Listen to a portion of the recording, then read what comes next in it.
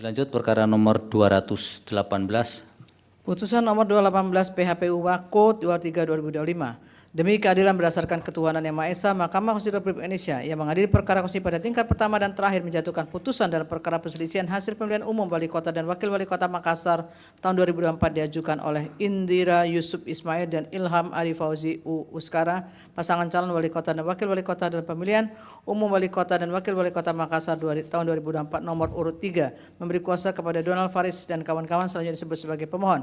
Terhadap Komisi Pemilihan Umum Kota Makassar memberi kuasa kepada Alim dan kawan-kawan selanjutnya disebut sebagai termohon.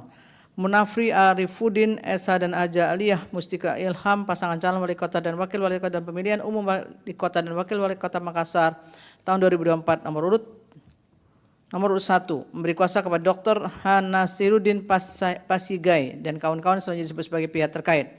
Membaca permohonan pemohon dan seterusnya dianggap diucapkan, duduk perkara dan seterusnya dianggap diucapkan, pertimbangan hukum, kewenangan mahkamah dan tenggang waktu pengajuan permohonan dalam eksepsi dan seterusnya dianggap diucapkan. Mahkamah berwenang untuk mengadili permohonan aku dan permohonan pemohon diajukan masih dalam tenggang waktu, eksepsi berkenaan dan kewenangan mahkamah dan tidak beralasan menurut hukum. Kedudukan hukum berkenaan dengan eksepsi permohonan pemohon kabur dan seterusnya dianggap diucapkan adalah tidak beralasan berhukum. Oleh karenanya Mahkamah akan pertimbangkan keterpenuhan pasal 158 Undang-Undang 10/2016 berkaitan dengan pokok permohonan.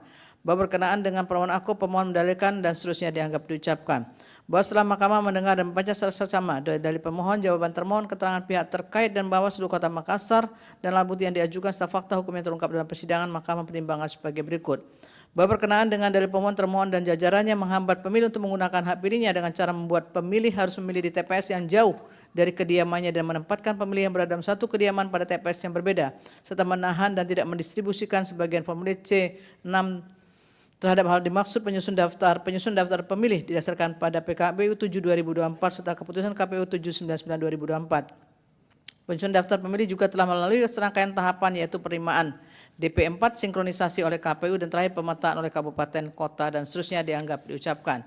Pendistribusian formulir C pemberitaan merupakan hal yang teknis dan berdasarkan fakta di persidangan. Presentase pendistribusian formulir C pemberitahuan di Kota Makassar adalah 81% atau sebanyak 844.597. Dengan pendistribusian untuk daerah terluar dari Kota Makassar yaitu daerah Pulau Sangkarang dilakukan pada tanggal 21 November 2024 dan seterusnya dianggap diucapkan. Berkenaan dengan hal tersebut, Mahkamah menilai memang terdapat formulir C pemberitahuan yang tidak terdistribusi atau dengan kata lain terdapat pemilih yang tidak memperoleh formulir C pemberitahuan dan seterusnya dianggap diucapkan. Apalagi dalam kaitannya dengan dalil dalam permohonan, pemohon tidak menguraikan dan atau membuktikan lebih lanjut bahwa semua pemilih yang tidak memperoleh formulir C pemberitahuan memang tidak hadir di TPS dengan alasan yang tidak mengetahui adanya pemungutan suara atau tidak mengetahui haknya sebagai pemilih.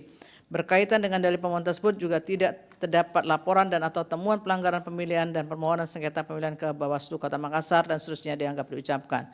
Bahwa berkenaan dengan dalil adanya pola tanda tangan yang diduga fiktif pada DHPT terhadap dalil pemohon aku ternyata tidak ada ketentuan khusus yang mengatur bahwa pemilih harus memberikan tanda tangan yang sama atau identik dengan antara KTP dan DHPT. Fakta yang ada adalah bahwa pemilih dapat memberikan tanda tangan paraf maupun coretan lain di DHPT. Berdasarkan fakta yang terungkap di persidangan telah terjadi penumpukan jumlah pemilih pada pukul 10 WITA sehingga menyebabkan tidak semua pemilih hadir pada TPS berkesempatan untuk menandatangani DHPT dan ada pemilih yang hanya memberikan paraf.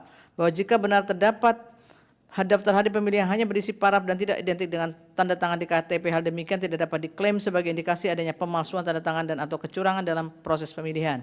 Kecuali terdapat bukti yang nyata bahwa pemilih hadir dan mencoblos namun tidak menandatangani daftar hadir adalah orang yang berbeda dengan orang yang tercantum di dalam daftar hadir. Hal demikian tidak diuraikan dan dibuktikan lebih lanjut oleh pemohon. Video-video bukti dan seterusnya dianggap diucapkan. Bahwa berdasarkan seluruh uraian pertimbangan hukum tersebut di atas, Mahkamah tidak mendapatkan keyakinan dan akan kebenaran terhadap dalil pokok permohonan.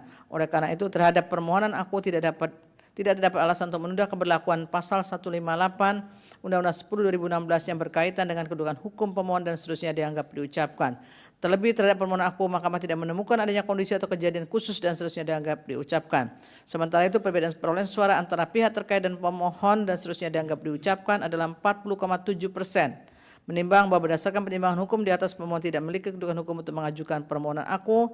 Dengan demikian eksepsi termohon dan eksepsi pihak terkait bahwa pemohon tidak memiliki kedudukan hukum adalah beralasan menurut hukum dan seterusnya dianggap diucapkan. Konklusi dan seterusnya dianggap diucapkan. Berdasarkan Undang-Undang Dasar Negara Republik Indonesia tahun 1945 dan seterusnya dianggap diucapkan, amar putusan mengadili dalam eksepsi 1 mengabulkan eksepsi termohon dan eksepsi pihak terkait berkenaan dengan kedudukan hukum pemohon. 2 menolak eksepsi termohon dan eksepsi pihak terkait untuk selain dan selebihnya. Dalam pokok permohonan menyatakan permohonan pemohon tidak dapat diterima.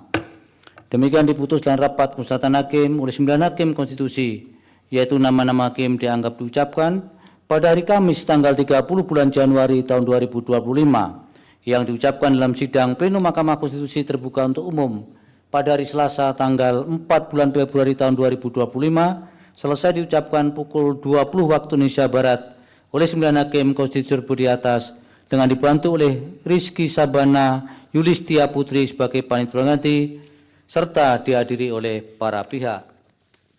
Download Tribun X sekarang, menghadirkan lokal menjadi Indonesia.